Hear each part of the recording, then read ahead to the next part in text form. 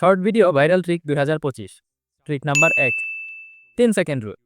আমরা জানি একটা শর্ট ভিডিও ভাইরাল করতে হলে ভিডিওটা কতজন দেখলো আর কতজন সোয়াইপ করে চলে গেল তার রেশিওটা ভালো রাখতে হয়।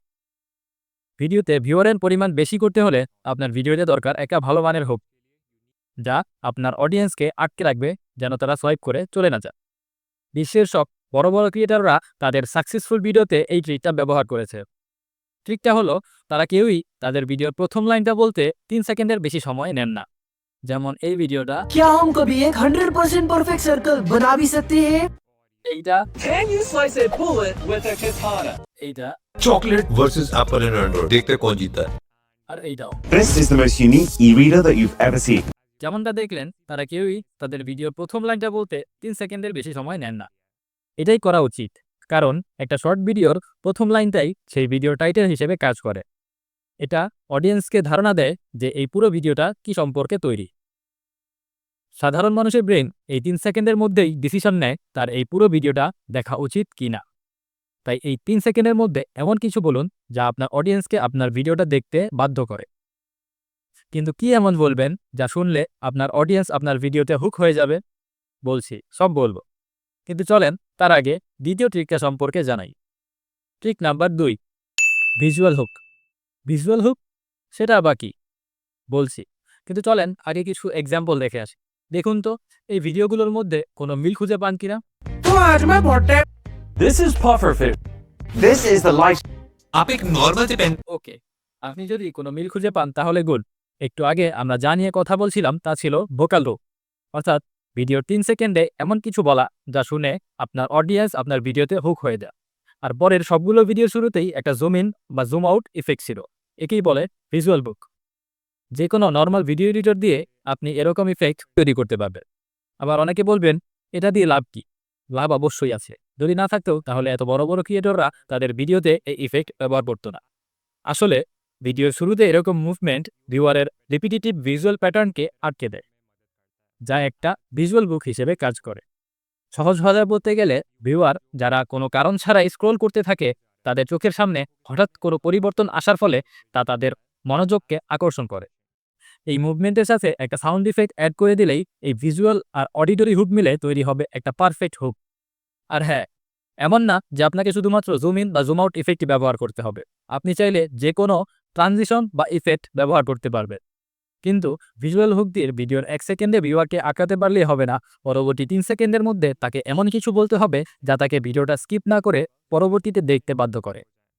আর এখানে আপনি ব্যবহার করবেন trick number 3, emotional hook. Emotional হুকের কিছু লাইন আছে যা আপনি যে কোনো ভিডিওতে ব্যবহার করতে পারবেন। যেমন, ড্যাশ পেতে না চাইলে ভিডিওটি স্কিপ করুন, অথবা আমি জানি আপনি ড্যাশ সম্পর্কে কিছুই জানেন না। এই ড্যাশের পরিবর্তে নিজের ইচ্ছামতো নিজের ভিডিও সম্পর্কে যে কোনো কিছু বসিয়ে তৈরি করে নিতে পারেন ভালো মানের ইমোশনাল হুক। যেমন, ফ্রিতে 1000 সাবস্ক্রাইবার না পেতে চাইলে ভিডিওটি স্কিপ করুন। আমি শিওর আপনি এই নতুন ফেসবুক আপডেট সম্পর্কে কিছুই জানেন না। কয়েকবার ব্যবহার করলেই আপনিও এর চাইতে ভালো ভালো হুক লাইন বানিয়ে ফেলতে পারবেন।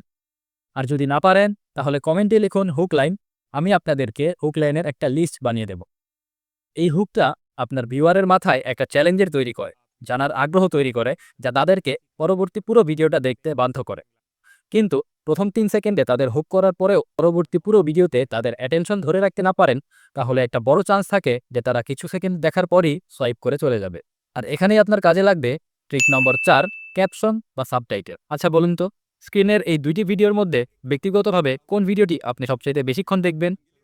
অবশ্যই ডান পাশেরটা। কিন্তু কেন বলুন তো? কোনো কিছু দেখতে বা শুনতে যতটা মনোযোগ দিতে হয় তার চাইতে অনেক বেশি মনোযোগ দিতে হয় কোনো কিছু পড়তে। তাই র্যান্ডম স্ক্রল করা ভিউয়াররা আপনার ভিডিওতে এসে ক্যাপশন পড়তে যেয়ে আটকে যাবে। তাছাড়া আপনার ভিউয়ার যদি এমন কোনো জায়গায় থাকে যেখানে সে আপনার অডিও প্লে করতে পারছে না, অথবা আশেপাশের কোনো শব্দের জন্য আপনার অডিও শুনতে পাচ্ছে না, তখন আপনার ক্যাপশন অনেক কাজে দিবে। এবারে লাস্ট ট্রিক নাম্বার 5, ইমোশন নিয়ে খেলা করা, অর্থাৎ আপনার ভিউয়ারের ইমোশন নিয়ে খেলা করা। এবারে আপনি আপনার কোনো ফেভারিট মুভির কথা চিন্তা করেন তো, আর বলেন তো মুভির স্টার্টিং থেকে এন্ডিং পর্যন্ত আপনার ইমোশন কি সেম ছিল? না। মুভি যদি কোনো হ্যাপি স্টোরি দিয়ে শুরু হয়, তাহলে মুভির কিছুক্ষণ পরেই এমন কোনো কিছু হয় যা আপনাকে স্যাড করে দেয়। মুভির ইমোশন কখনো পজিটিভ থাকে, আবার নেগেটিভ, আবার পজিটিভ, আবার নেগেটিভ।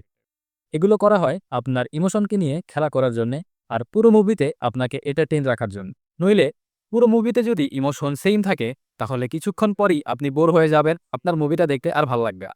আমি এগুলো এমনি এমনি বলছি না, এমন অনেক ক্রিয়েটর আছেন যারা তাদের ভিডিওকে একটি স্টোরি আকারে তুলে ধরে, এবং আপনাকেও তাই করতে হবে। আপনার ভিউয়ারকে কোনো একটা সমস্যার সম্মুখীন করতে হবে, তারপর তাকে তার সলিউশন দিতে হবে, আবার কোনো সমস্যা, আবার তার সলিউশন। এরকম করে তাকে একটা ইমোশনের রোলার পোস্টারের মধ্যে রাখতে হবে, আর এভাবেই তার ইমোশনকে ব্যবহার করে তাকে ভিডিওর শেষ পর্যন্ত দেখতে বাধ্য করতে হবে। আপনি যদি আপনার ভিডিওতে এই 5টি ট্রিকের সঠিক ব্যবহার করতে পারেন, আপনার ভিডিও ভাইরাল হওয়া থেকে কেউ আটকাতে পারবে না। আজকে এ পর্যন্তই।